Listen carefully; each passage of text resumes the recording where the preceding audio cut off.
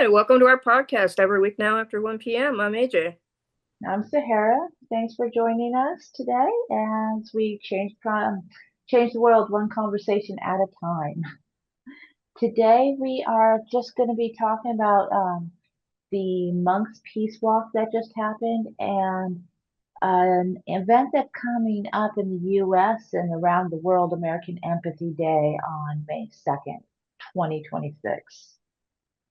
Before we get started with that, please hit the like button, hit the subscribe button if you haven't, and go ahead and hit that bell so you get notified anytime we drop a new podcast. So, according to the monks' website, they walk to raise awareness of peace, loving kindness, and mindfulness across America and the world. This was a 110-day, 2,300-mile journey where they started out in Fort Worth, Texas, and headed off to Washington, D.C. It was about 20 monks. The group grew bigger. They had a company with different entourage, including the loyal dog Aloka. And like I said, they started October 26th and way back last year in 2025 from the Hungdao Vipassana Bhavana. Sorry, I probably but that was in, I tried. I really tried. I was Good Fort effort. Worth, Texas. Yeah, Fort Worth, Texas. They started out last October. Yeah, I saw a lot of footage about this, but I didn't really know what. I knew it was for peace, but I didn't really know what the entire goal was about. Yeah, they started about 9:30 that morning. They walked 12 miles that day. I think they averaged about 20 miles a day. And really, it was I think, I don't know all the details of why he does. The monks do this kind of thing, and they've done it before, other than just what they've said about their website. But whether it's a practice of meditation, it sounds like they're trying to be aware in each step, in each moment, and within that, bring more and more awareness in the world. Just kind of promoting peace and selfless acts and things like that. I think so. Yeah, exactly. There was, yeah, in the website, what do they say? Every step is a symbol of mindfulness and compassion, is what they say about it for themselves. Okay. There was an accident about a month in where this car hit one of the guide cars, and two people got injured. One was like a lay person who was along for the walk, I believe. I don't know if he was another monk, but he was able to pretty quickly, I think, recover. And I don't know if he rejoined the monks, but the other monk was injured to a point where he had one of his legs. It got amputated in the lower limb all the way to his foot.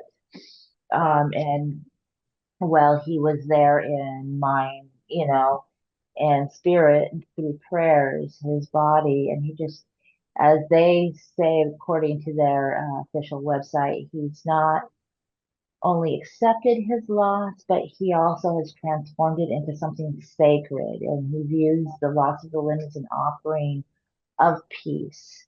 So they really take what they are doing seriously here, that this is the life.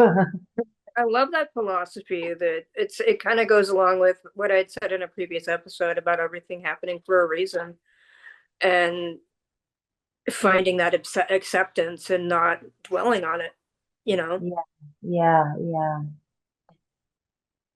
So yeah, I've kind of been going down these bunny trails of Buddhism. I really don't know a lot. I'm not going to try and pretend like I do. Like I said recently, I just found that Tao Te Ching.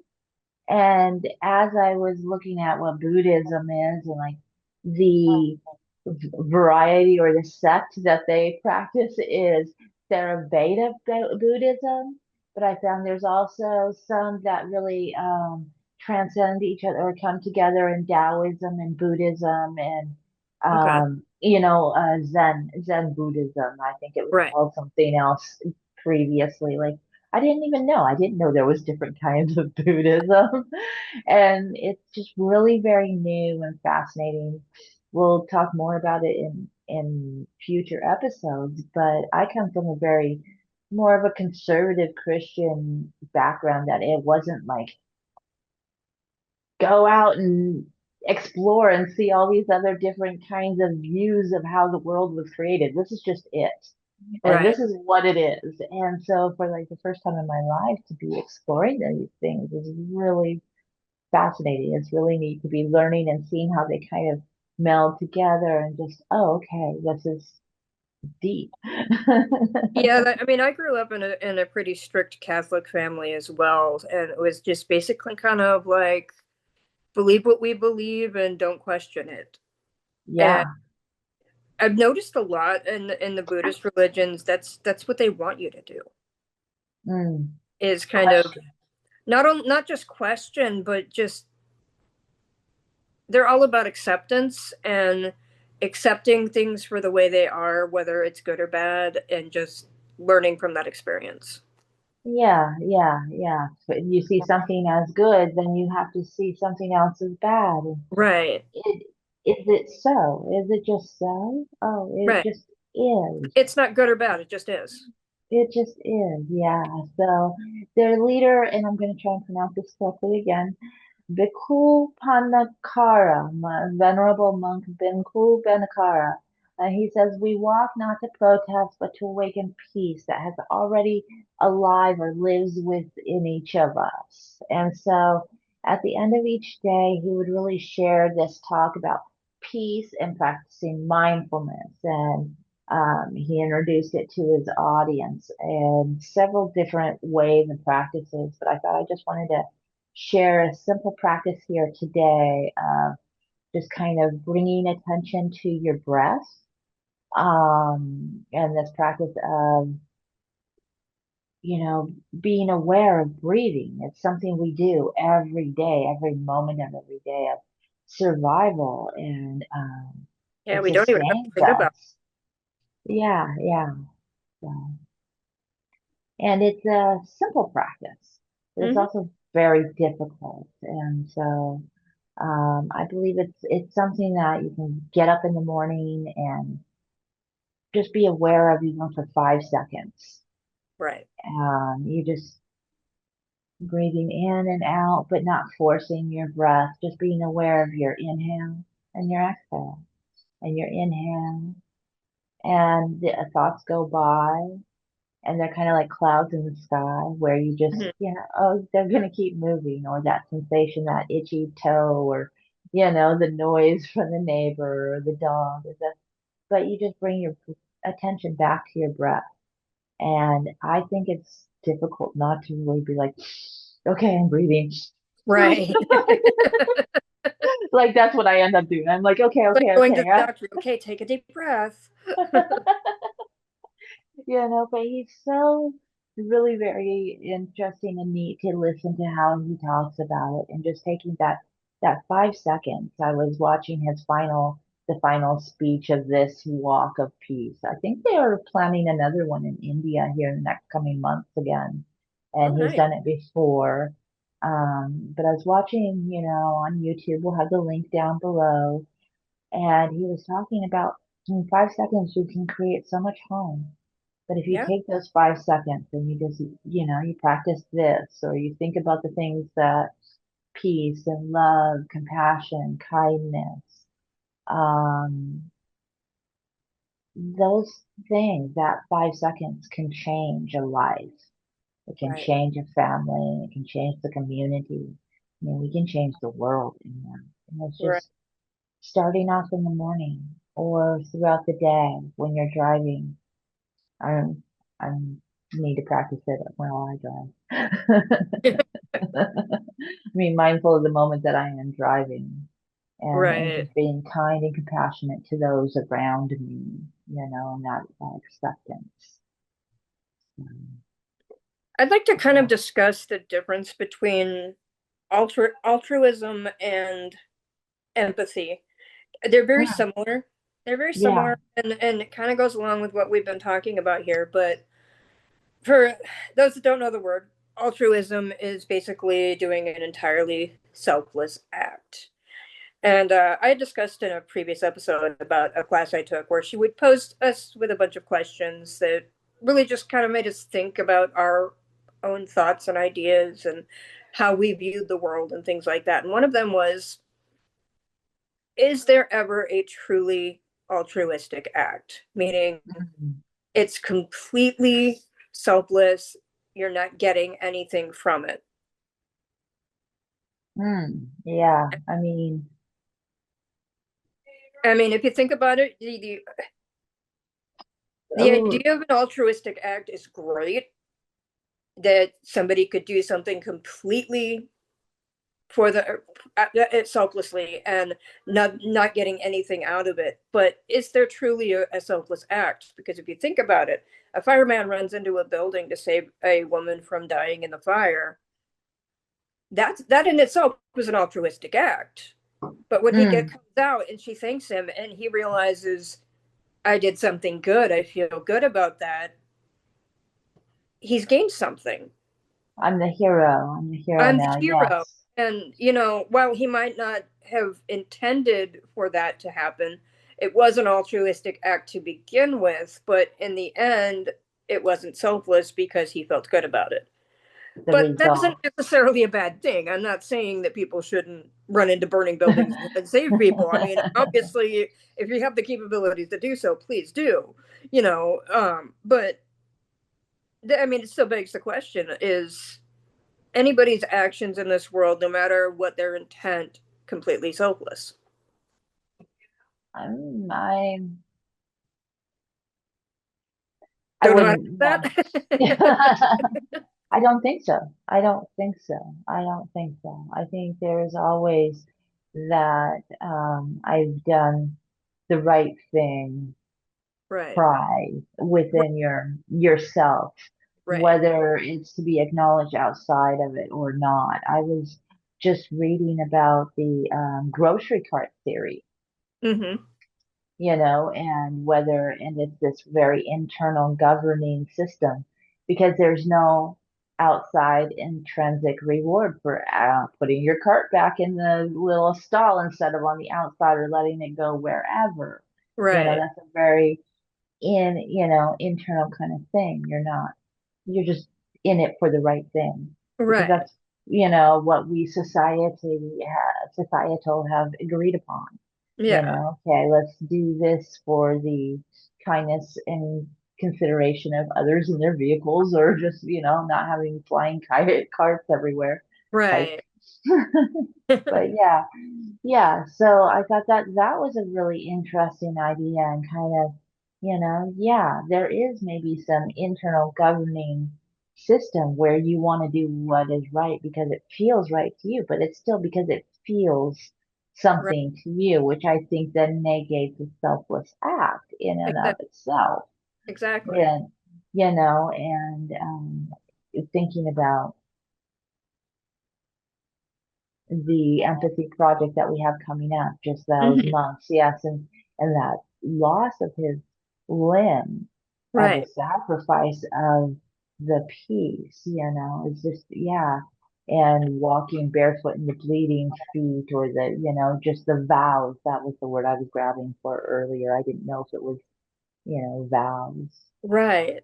with the monks, but And boy, I'd have to say if there was truly a selfless act, it would have been what those monks did, though, for the simple fact that they weren't doing it really for notoriety. They were just trying to raise awareness and yeah. promote peace and empathy and selflessness. I think that was Um, probably the closest you could come to a truly selfless act. yeah, yeah. I mean, they're not a protest. I'm not against anything else. I Right. just want everyone to be discovering this peace, this mindfulness that I have. And if we all together raise this awareness, the consciousness that will just get raised within us. I think, yeah, I would agree with that. I don't think that there are, we see Mother Teresa style kind of things. We do Right, this, taking these vows of poverty, or I think the monks have a vow not to touch money in kind of the same right, way. For whatever your behind the scenes reason is to reach or attain, or, because it's just the right thing to do, right, because I don't know. That's why I was saying I don't know if what it was the walk itself, a vow that gets them to those levels that they are, turned to. And then, so, and then of that self, it's self-serving. right. Yeah. Right. So, So yeah. I do fully believe that there is altruistic intent in many actions in this world. I Hmm. just don't believe that the execution of said acts are completely altruistic. The results. Yeah. Yeah, Yeah, the results, because definitely we talked about, well, children probably, we talked about in the intro our experience with our friend getting up right, the slide, right. and that was, yeah, that wasn't to feel good. I don't even remember the darn thing. I mean, I remember going up the slide. I remember protecting him. I remember that weird, but I Right. don't remember the act itself. Not at Yeah, all, yeah, because that part wasn't the important part. right. So children, maybe they haven't learned that recognition at certain ages or stages, That is very true. yeah. So, another, that other recent where this bunny trail intersects and ties in that I wanted to talk about is that American Empathy Project. I think it's coming up. Let's Yes. see, maybe this week as we release, or we'll see. But even if it's no matter what time, when it is, May 2nd, 2026 this year. And according to their website, the American Empathy Project is undertaken by the American Humanist Association. This is another one of these things that I'm just learning about. I'm like, oh wow, who are these people? And they're really got some interesting and intriguing things coming from the Christian background that I have about, no, we're just not because of this or that. We just want to do right because it is right. And Right. they have their own definition of empathy, I think, up there, just really not having sympathy for someone, but really understanding because you can feel that Right. situation, whether you've ever actually lived it or you just are imagining that empathy kind of is that parallel. And so the grant is closed right now, but they offered up $1,000 a person for 100 people around the whole nation here to start up an empathy project in their community. So we'll have their links down below too. And I just want to encourage you, if you want to get involved in something that's like going on, go check them out. Sign up for the newsletter. But you can also start something in your own community or in your own home, in your own neighborhood, something personal. It doesn't have to be big and huge. They're doing this. You do a food drive or, you know, fundraisers for different people in your community. Maybe somebody has cancer or needs help with something or, lost their job and needs help paying the bills or something. You Definitely. could, there's little things you can do in life that you can greatly impact someone else. I Come. remember when back in the 90s, um, my roommate had two children and she didn't Mhm. have custody of them, but she did get them for Thanksgiving that year. So Okay. we decided we were going to go out and we were going to make them a big, all the fixins, huge Thanksgiving dinner. And Yeah. we went out shopping and we got everything that we needed and we were at checkout and I was like $75 short paying for it. Oh, So I'm like, okay, well, what can we do without and put back? And the next thing I knew, people from like two cash registers away and people in the line behind us just started handing the cashier money. and was like, Oh, put anything back, let them have their food, because she's seen that we're, or they saw that yeah, we were, we had kids with us, we were trying to get our Thanksgiving dinner, and without even thinking about it, they just pulled out their wallets and helped us pay for the rest of our food. And yeah. that is something that's stuck with me ever since. It's like, wow, that is incredible. And I've done that for other people at times too. Definitely. I think it makes that impact that we Yeah. do need to have. Completely. Food is a big one too, and food insecurity is so, and healthcare insecurity or Yeah. debt. We've got some big ones out there, Yeah. and people can really step up and be amazing. And it doesn't have to be a big to Right. do in an organized thing, but it also can be, and it's great either way. It's that shift that we kind of need in our community, Yeah. especially right now when we just see so much isolation, I would say, in so Right. many different ways. Yeah. Yeah. Yeah. There's a project actually I'm kind of working on getting together in my community. I'm calling it Stone Soup. Yeah, I don't know if Okay. you remember that little I, story. I do remember Stone Soup, yes. Yeah, I'll just real quick recap in case you don't know, because I've run across a couple people who have not. Right. And there was a big famine happening, and the traveler was coming through town, and so found some little wood and started a fire and stuck the pot on because everybody closed the door and nobody had anything to share. Got some water, got the pot boiling. And soon somebody came out. There were a couple stones he tossed in at the bottom at the beginning, I think, Um, one by one, everyone in the community came out, and before you know it, we had the potatoes and the beef and the carrots and the celery and the onion and the whatever, the garlic and all everything you need. And we Everybody were brought a little bit of something. eating at the table Yeah. all together instead of being all hidden in the homes and scared of one another and scarcity of not having enough to take care of Right. myself, much less. But when we come together, sometimes we can take care of each other a little bit better than when we just were trying to make it all happen on our own. And I love that. So yeah, yeah. So that's kind of what, and I'm not quite sure what it's going to look like yet. I love my community.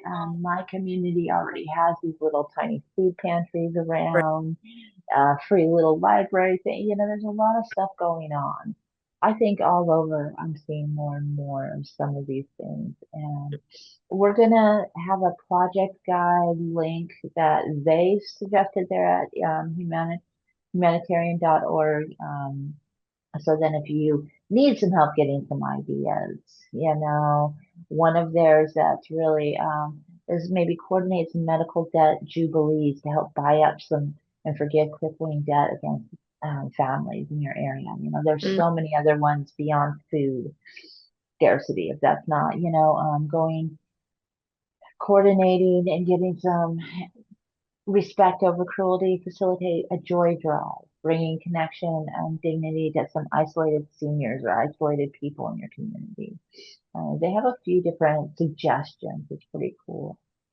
I'm excited about what they're doing, and like I said, it doesn't have to be right on Right. the Yeah. day. And Empathy can be shown on any day. It doesn't have to be on any significant day. I mean, it's a simple act of kindness. And I read a story once. Um, I can't remember who wrote it, but it was basically somebody had committed to their life goal, basically one simple act of kindness per day. oh yes, And as they progressed through the story and they got further and further in doing just one act of kindness, whether it be, giving a homeless man some food, or buying them a blanket, or helping a child, or whatever, they noticed their lifestyle started to change and get better just from doing these simple acts of kindness. And it kind of goes back to what we were saying earlier, but what you put in is what you get back.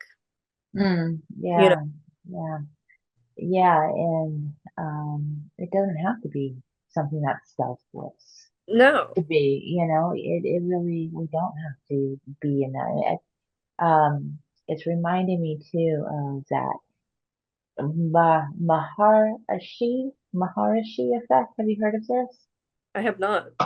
Sorry, I butchered all these words, guys. Google them. Make it pronounce it for you correctly. I tried. My tongue.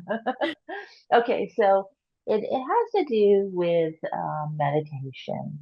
Okay. And it came from, I think, a certain specific kind of meditation. But I think just practicing meditation and all of these things, it suggests that if 1% of the population makes this kind of shift or are practicing intentionally together, Hmm. I'd say meditation, I'd say acts of empathy would go in right in there, being mindful, all of these different things. If 1% of Yeah. that population, that it can start to cause that real ripple, that real shift that actually create measured improvement within communities, the community as a whole. So if you do that within your home, you start within your person and then your home, and you just out within to your community. And Hmm. so I'm really feeling like us talking about these things here on this podcast and the monks peace walk to be bringing awareness is all a part of that shift, a part of that ripple that's starting to happen. And Right. we will see real live effects starting to happen. So I'm pretty excited because it's like every act is just this drop in a bucket. Right. And as when you've got a leaky sink, if you've ever put the plug in that leaky sink, it really doesn't take long for it to fill Right. up. And it changes things. And Hmm. we can help change things just by those 5 seconds. Yeah. You Well, know, it's like I said earlier. I mean, that simple act of kindness in the 90s from those people that were perfect strangers has stuck with me for years. It's been decades, and I still remember it to this day of just that overwhelming feeling of gratefulness and awe because they didn't have to do that. yeah. They could have stood there and been like, "Oh, fine, just get out of the line." But no, they're like, "No, we're going to help you out." In that moment, that was their 5 seconds. That Yeah, was their 5 seconds that they were so intentional with. And that, exactly. yeah, that intention and awareness, it's just really Yeah. an amazing thing. Yeah. I'm excited about what we can do. Yeah. Yeah. So So, when we say that we're trying to change the world one conversation at a time, this is the kind of thing we're talking about is just expand expand your mind, expand your horizon, realize that there is so many little things you can do in this world that can make someone else's life so much better. Even if yeah. it's just a matter of giving them a couple dollars to finish paying for their meal Or having a conversation with or them. having a conversation with them. Like I used to have this friend, and you knew if he goes to the grocery store for a gallon of milk, he was going to be there for an hour because he was going to talk and he was going to share and he was going to find those people who really just needed somebody that day. Yeah. And that is a real thing, those grocery store line conversations or at the produce or the coffee line or wherever you happen Hmm. to be. Saying hello and good morning. Walking by someone saying, "Oh my goodness, you look amazing. I love your fit today." Yeah. Why do it? Like it can be a little fearful some days, but I mean, it really can help change somebody's day. Even just smiling at someone as you walk by, even if it's a perfect stranger, just smiling at them and saying hello can brighten their day. It really can. Really can. Yeah. Yeah. So Thanks for joining us in our conversation today. I hope that you learned a little bit, that you've gotten inspired to maybe get involved in your community in something that's already going on, or create something yourself, or just in your own backyard. It Yeah. doesn't have to be big and spectacular, but there are a bunch of links down below where you can learn more about the monks and the walk of peace that just happened. Maybe the one in the past, the one in the, anything you want. There's links there, and they're the official page links, as well as some links about the American Empathy Project coming up. Humanist.org affiliation. We'll get that project guide down there, and all that great stuff. Thanks for joining us. And if you want to support us, check out our Patreon. And also, you can check out or follow us on Facebook and Instagram. Um, Join us in the conversation. Send us an email, write in the comments, whatever. Our emails every week now after 1 p.m. at gmail.com. Uh, Links are, as Sahara said, are in the video description below. And we look forward to hearing from you. New episodes drop every Thursday at 1:11 p.m. And we'll see you next time, where we're going to be talking about Gen X and growing Yep, up Gen X. that'll be fun. See you next week. See you guys.